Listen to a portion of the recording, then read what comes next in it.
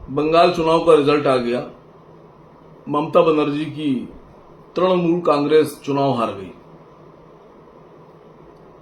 अब मैं वीडियो इसलिए बना रहा हूं कि जब ममता बनर्जी चुनाव हार गई तो बहुत ज्यादा नहीं, कुछ लोगों ने यह कहकर मेरी मुखालफत की कि बहुत बड़े दूरदर्शी बन रहे थे आप, चुनाव देखिए हारी ममता, देखिए बीजेपी आ गई और बड़े खुश। तो मैं उन लोगों के लिए वीडियो लेकर आया हूं कि मैंने चुनाव के रिजल्ट के 4 दिन पहले एक इंटरव्यू में ये बात कही थी। जब मुझसे पूछा गया कि बंगाल में क्या रहेगा, तो मैंने कहा ममता बनर्जी, क्योंकि किसी भी कीमत पर मैं ना ये सोच सकता हूं और ना मैं कह सकता था कि बीजेपी। मैं पूरे दिल के गहराइयों से चाहता हूं कि भारतीय जनता पार्टी किसी भी चुनाव में न जीते, तो इसमें बुराई क्या है। दूसरी बात, जो लोग कह रहे हैं कि आपका प्रोडिक्शन, आपकी दूरंदेशी, तो मैं उनको बताना चाहता हूं कि मैं आज भी अपनी उसी बात पर कायम हूं कि ममता बनर्जी की 250 सीटें आ रही थीं। अब आप लोग सोच रहे होंगे मैं भी इस पर कैसे कायम हूं। देखिए, चुनाव आयोग ने सुबह 6 बजे से काउंटिंग शुरू की। सुबह 6 बजे काउंटिंग बूथ के ऊपर लोग पहुंचे। चलिए 1 घंटा मान लीजिए, 7 बजे से काउंटिंग शुरू हुई। 7 बजे से काउंटिंग शुरू हुई और 2:30 बजे तक का जो रिजल्ट था, इलेक्शन कमीशन की अपनी वेबसाइट पर जो लाइव आंकड़े आ रहे थे, उसके हिसाब से कहीं 3 राउंड की काउंटिंग हुई थी, कहीं 4 राउंड की हुई थी, कहीं 5 राउंड की हुई थी। आप सोचिए कि सुबह 7 बजे से शुरुआत हुई काउंटिंग की। वैसे तो 6 बजे हुई, लेकिन 2:30 बजे तक के 3 राउंड और 4 राउंड और 5 राउंड की काउंटिंग, इतनी कम स्पीड, स्लो स्पीड। और उसके बाद में जब शिकायतें आई और लोग अपने बूथ पर पहुंचे तो शिकायतें ये आने लगी कि टीएमसी के एजेंट्स को बाहर निकाला जा रहा है, खदेड़ा जा रहा है लाठियों के बल पर मारकर। ममता बनर्जी ने कंप्लेन की कि कैमरे बंद करके उनको लातों से और घूंसों से मारा गया। एक मुख्यमंत्री कह रही है, ये अभी मुख्यमंत्री थी, कि मुझको मारा गया थप्पड़ों से, घूंसों से और लातों से। ये संकेत है, आगाह हो जाइए बाकी लोग। और मैं फिर कह रहा हूं कि 250 सीट टीएमसी जीत रही थी। अभी तक तो हम लोग ये सोचते थे और ये सुनते थे कि जो मशीन है इसमें गड़बड़ करके, इसमें इधर उधर करके चुनाव जीता जा रहा है। लेकिन अब इस चुनाव से एक बात और सामने आ गई कि मशीन ही नहीं, अब बल प्रयोग से भी चुनाव जीता जा रहा है। आपको जबरदस्ती बूथ से बाहर कर दिया जाएगा, जरूरत पड़ेगी तो आपसे हाथापाई की जाएगी, मारपीट की जाएगी, लाठी चलाई जाएगी, लेकिन चुनाव आपको नहीं जीतने दिया जाएगा। ये संकेत खतरनाक संकेत है भविष्य के लिए, लोकतंत्र के लिए, प्रजातंत्र के लिए, देश के लिए। ये खतरनाक संदेश है। इसको समझना होगा कि क्या अब आगे के इलेक्शन मशीन के साथ साथ लाठी से भी होंगे, बंदूक से भी होंगे। 2.5 लाख की फौज उतारी जा रही है, सिपाही उतारे जा रहे हैं, सीआरपीएफ उतारी जा रही है।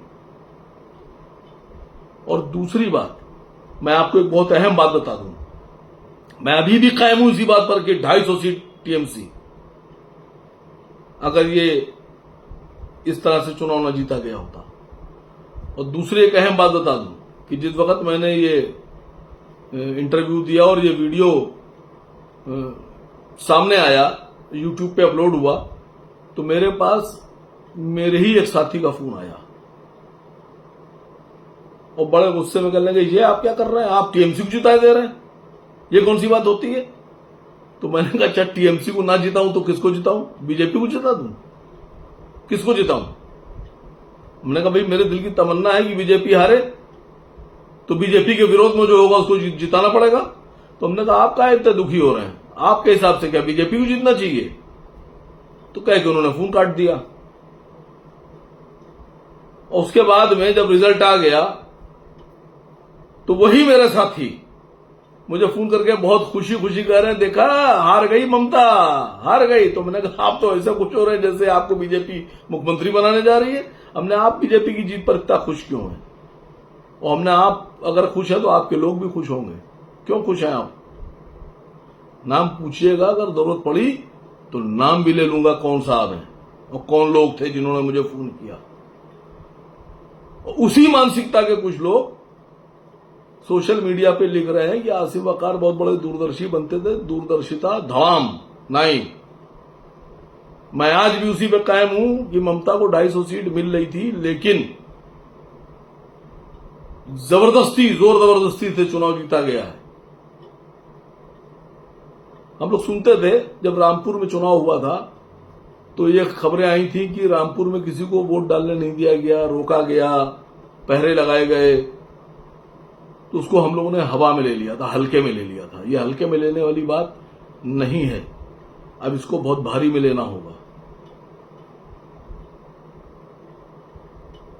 तीसरी बात, हुमायूं कबीर जैसा आदमी जिसको उसकी कॉन्स्टिट्यूंसी में, दोनों कॉन्स्टिट्यूंसी में पब्लिक गालियां बक रही थी, दलाल और भड़वा कह रही थी, उसके पीछे दौड़ रही थी, लोग उसके साथ हाथापाई करने पे आमादा थे, लोग उस पर हमले कर रहे थे, उसकी कॉन्स्टिट्यूंसी के लोग, और उसके बाद में 50,000 वोट से जीत गया। अंदाजा लगाइए, लोग उसकी कॉन्स्टिट्यूंसी कह रहे हैं जीता कैसे, इसको तो वोट ही नहीं दिया हमने। आप लोग सोचिए कितनी बड़ी बात है जो मैं कहने जा रहा हूं। और ये बात अभी चुनाव उत्तर प्रदेश में आ रहे हैं, अखिलेश जी को भी समझना होगी, राहुल जी को भी समझना होगी। और मैं उन तमाम लोगों से कह रहा हूं कि अगर ममता हार गई तो बीजेपी के जीतने पर तुम लोग इतने खुश क्यों हो? क्यों खुश हो बताओ मुझे। मैं तो आज भी दावे से कह रहा हूं, सीना ठोक के कह रहा हूं कि मैं बीजेपी को जीता हुआ नहीं देख सकता था, ना देखना चाहता था। इसलिए मैंने टीएमसी के लिए ऐलान किया और मैं आज भी अपने प्रेडिक्शन पर कायम हूं कि अगर सच्चाई से काउंटिंग हो जाती तो 250 सीट। लेकिन तुम लोग बताओ कि जो तुम लोग सवाल खड़े कर रहे हो मुझ पर कि तुम भारतीय जनता पार्टी के साथ क्यों हो, उसकी जीत के साथ क्यों हो और टीएमसी को हराना क्यों चाहते थे, ये सवाल मैं छोड़ के जा रहा हूं और इस सवाल का जवाब देश मांगेगा।